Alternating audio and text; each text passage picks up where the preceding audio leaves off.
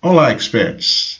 Estamos aqui na nossa aula sobre o nosso pilar. Nós estamos falando dos pilares do desenvolvimento de sistemas, já falamos do pilar da entrada de dados, já falamos do pilar de processamento de dados, então não perca a tua conta aí. Esse aqui é o terceiro pilar, que é o pilar armazenamento de dados, que é o coração do sistema. Então agora nós vamos examinar o coração de alguns sistemas e entender como é que a gente chegou neste pilar, que é o que a gente chama de armazenamento de dados, mais comumente chamado de banco de dados. Então, lembrando, soluções em Excel. Aprenda como estruturar e desenvolver as suas próprias soluções em Excel, seja ele para qualquer finalidade que seja, usando os 4 pilares, né, que a gente tem nos sistemas, que são entrada de dados, processamento de dados, armazenamento de dados e depois de tudo isso pronto, você criar consultas e relatórios, que são os pilares de um aplicativo. Lembrando rapidamente as últimas aulas, né?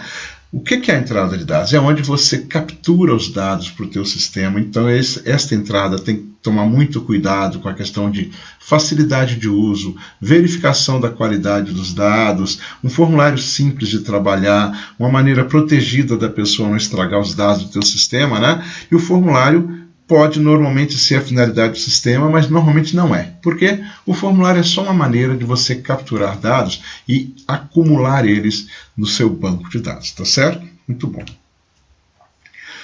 O processamento de dados, é muito comum você, quando captura esses dados, precisar de completar de alguma forma os dados. Vou dar um exemplo simples. Por exemplo, vamos supor que você pegou o CEP de uma cidade. Ora, você pegou o CEP, existem tabelas que ligam o CEP com o nome da cidade.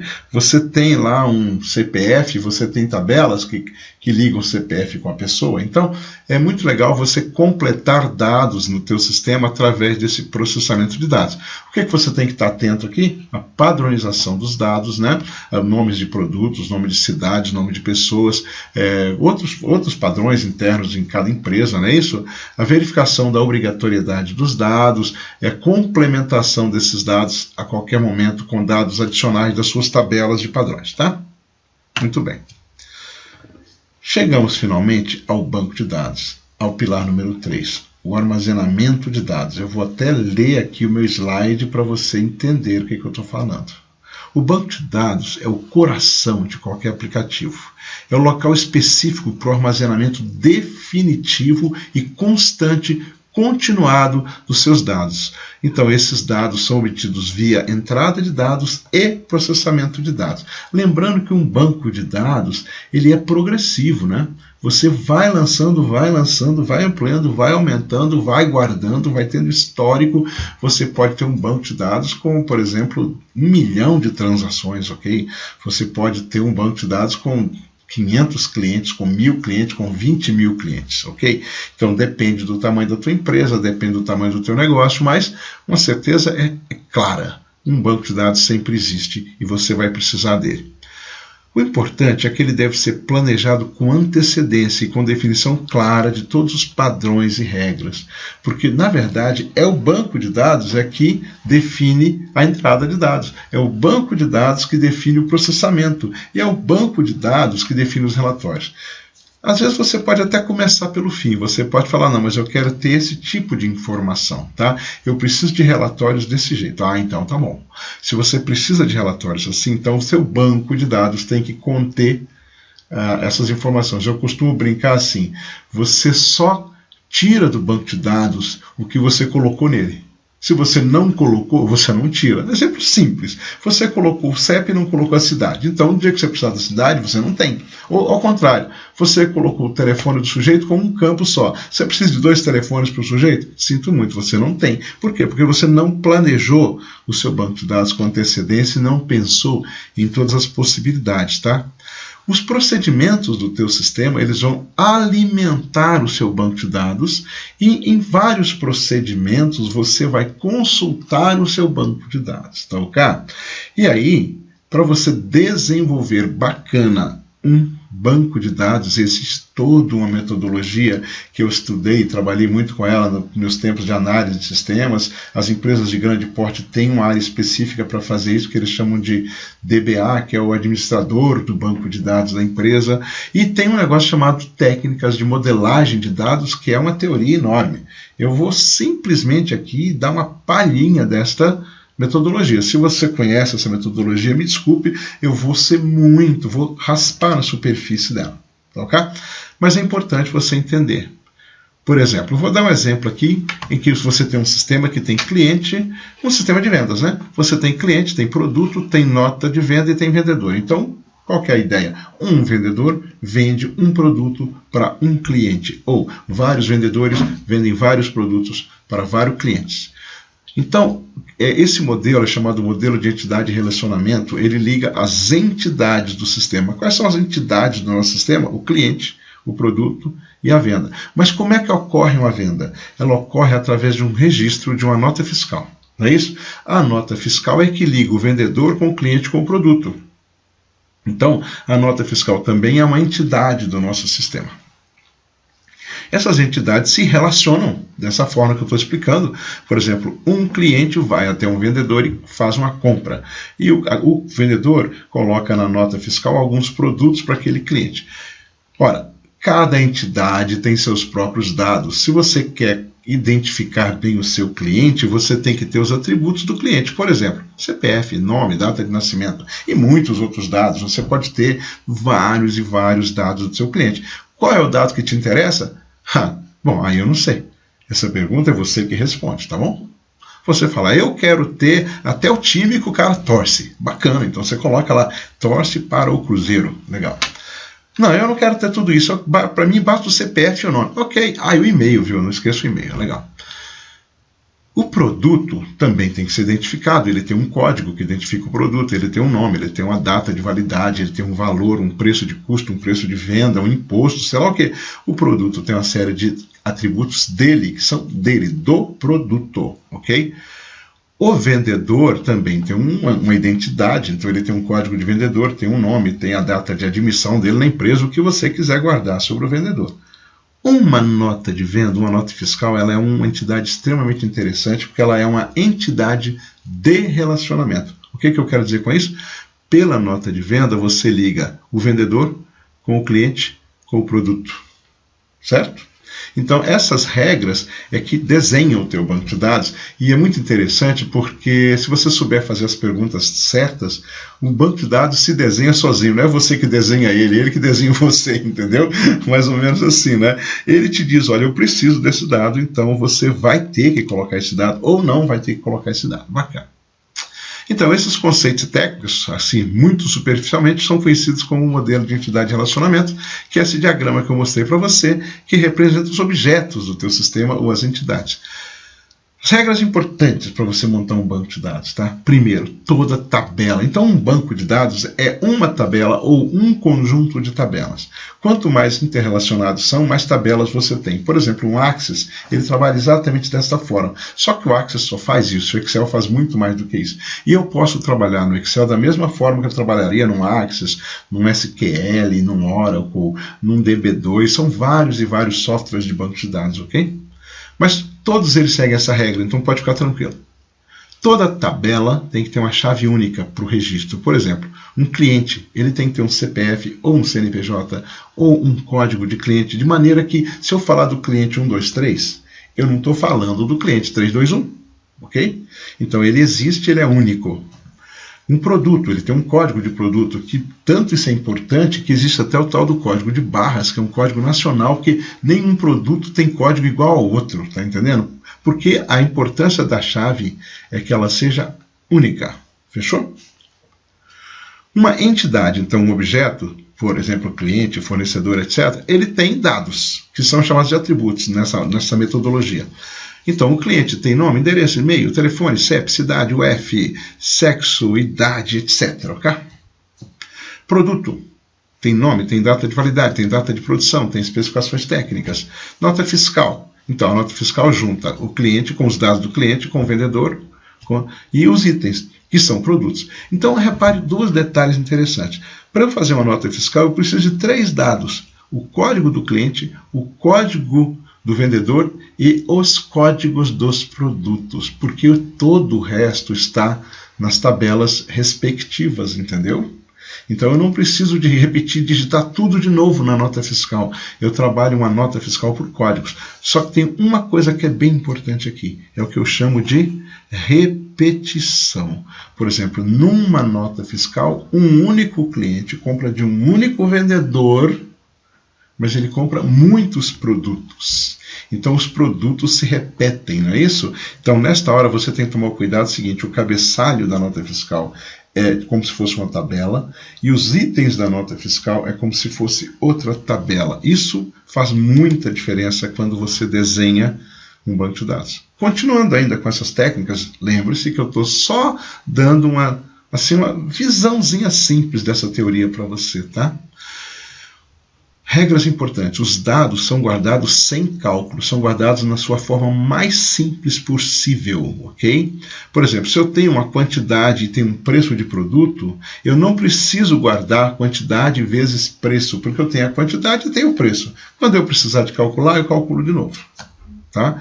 Por exemplo, se eu tenho a data de nascimento do cidadão, eu não preciso calcular a idade dele, porque quando eu quiser calcular a idade dele, eu calculo, porque eu tenho a data de nascimento. E eu tenho um computador que calcula. Legal? E outra coisa muito importante é o que eu estava comentando, que é o tratamento das repetições, ou seja, você tem uma relação de 1 para muitos. Como aquele exemplo ali, um cliente pode fazer muitas compras. Um vendedor pode fazer muitas vendas. Então, um cliente compra várias notas fiscais, um vendedor vende várias notas fiscais. Uma nota fiscal tem vários produtos. Então, mas de qualquer maneira, 1 para 1 é assim: determinada nota só tem um cliente, só tem um vendedor. Agora, produtos tem vários. Então, eu tenho que separar o que eu chamaria de cabeçalho da nota dos itens da nota. Então, são 2 tabelas diferentes no meu banco de dados. E as consultas são as mais diversas saídas, que nós vamos falar dela no próximo pilar, então não vou me estender muito aqui nas consultas, mas entenda que o teu banco de dados tem que estar certo para a tua consulta funcionar, entendeu? Você pode consultar pela cidade, pelo produto, pela nota, pela data da nota, pelo vendedor, pelo que você achar mais bacana. E o que eu fiz aqui então no Excel para a gente entender isso? Sabe o que eu fiz?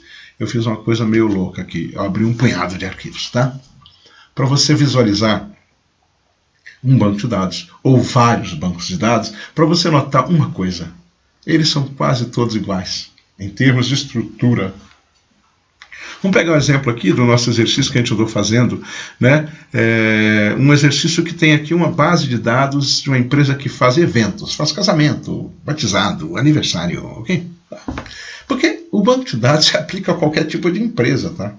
Esse nosso banco de dados, então, ele tem as colunas. Isso é que é muito importante no banco de dados. As linhas, tanto faz ter 50 linhas, 1000 linhas, 10 mil linhas, é a mesma coisa, porque cada linha é só um registro de um dado, ok? Então, o banco de dados, o mais importante é você planejar as colunas do seu banco de dados, ok? E esse nosso banco de dados tem, por exemplo, o evento, que é um código. Então, essa aqui é a chave, porque não tem 2 eventos com a mesma chave. Eu posso ter 5 casamentos no mesmo dia, na mesma igreja, no mesmo clube, ok? Mas cada um deles vai ter um código diferente. Legal? Então, eu tenho a data, eu tenho a categoria, dia do evento, local, sublocal, horário, floricultura, sei lá. São os dados que eu achei interessante guardar neste banco de dados. Se eu fizer o seguinte aqui, abrir um outro qualquer, vou pegar aqui, por exemplo, o nosso banco de dados de fornecedores. Lembra dele? Aqui está o nosso formulário de cadastramento, aqui está a nossa consulta dos vendedores, mas aqui está o nosso banco de dados. Repare de novo que o importante são as colunas. E a primeira coluna é o serial, que na verdade é a chave do meu cliente ou fornecedor. Então esse cara aqui é o número 9, ele é um cliente, o número 13 é outro cliente, o número 16 é outro. E eu tenho uma linha, então, para cada cliente ou fornecedor meu. E quais são as colunas? Se ele é cliente ou fornecedor, qual é o CPF ou CNPJ dele. Apesar de eu ter aqui uma chave única, eu tenho uma outra chave única aqui, que me garante que esse é o nome que eu dei para o meu cliente, tá? O telefone, o endereço, o bairro, a cidade, o estado, o contato, e-mail, CEP. Por exemplo, aí você fala, cara, eu queria ter 2 telefones para o cliente. Ah, é? Então, desculpe, mas esse aqui não está com bom planejamento, porque eu planejei um telefone só. Legal? Esse foi o desenho que eu fiz. Ah, mas eu quero colocar mais um. Muito bem. Você vem aqui no banco de dados, insere mais uma coluna, vem aqui no formulário, insere mais um campo para o segundo telefone, vem aqui nas consultas, modifica os critérios de consulta, ou seja, você muda, vem aqui na Work Area, atualiza tudo isso aqui do seu processamento e você tem, então, uma mudança no teu sistema. Você já notou que não é muito legal, né? Não é muito legal ficar fazendo mudança nisso. Então, o que é importante demais no banco de dados? Planejamento. Você pensa em tudo que você vai tentar extrair desse banco para você desenhar um banco com todas as alternativas que você tem. Você fica impressionado depois com o tanto de informação que você consegue extrair aqui usando tabelas dinâmicas, usando filtros, usando classificações, subtotais e uma série de outros recursos que o Excel fornece para trabalhar com o banco de dados. Legal? Muito bom. Deixa eu mostrar mais um. Cara, já que eu abri tanto arquivo aqui, deixa eu mostrar mais um. Agenda financeira, um exemplo da agenda. Sei lá, uns dias qualquer da agenda aqui. Eu faço uma consulta. Repare que a minha consulta ela tem os mesmos dados da minha base de lançamentos, tá certo? Eu peguei um negócio qualquer aqui, uma época qualquer, não interessa, é uma agenda financeira de alguém, tá certo? Então tem o banco, tem a empresa, tem a categoria, tem a descrição. Essas são as colunas do seu banco de dados, ok? E para variar, tá aqui a chave. No nosso caso, eu coloquei a chave no final. É o número serial das transações aqui. Eu vou guardando todas as transações que aconteceram no ano, tá certo? O que mais? Eu tenho um outro exemplo aqui, vamos lá. Eu tenho um exemplo agora bem bacana, onde eu tenho um exemplo de repetição, onde eu tenho um cadastro que tem o cadastro das empresas e tem o cadastro dos contatos. Deixa eu explicar isso para você. Vou até mostrar o formulário para você entender.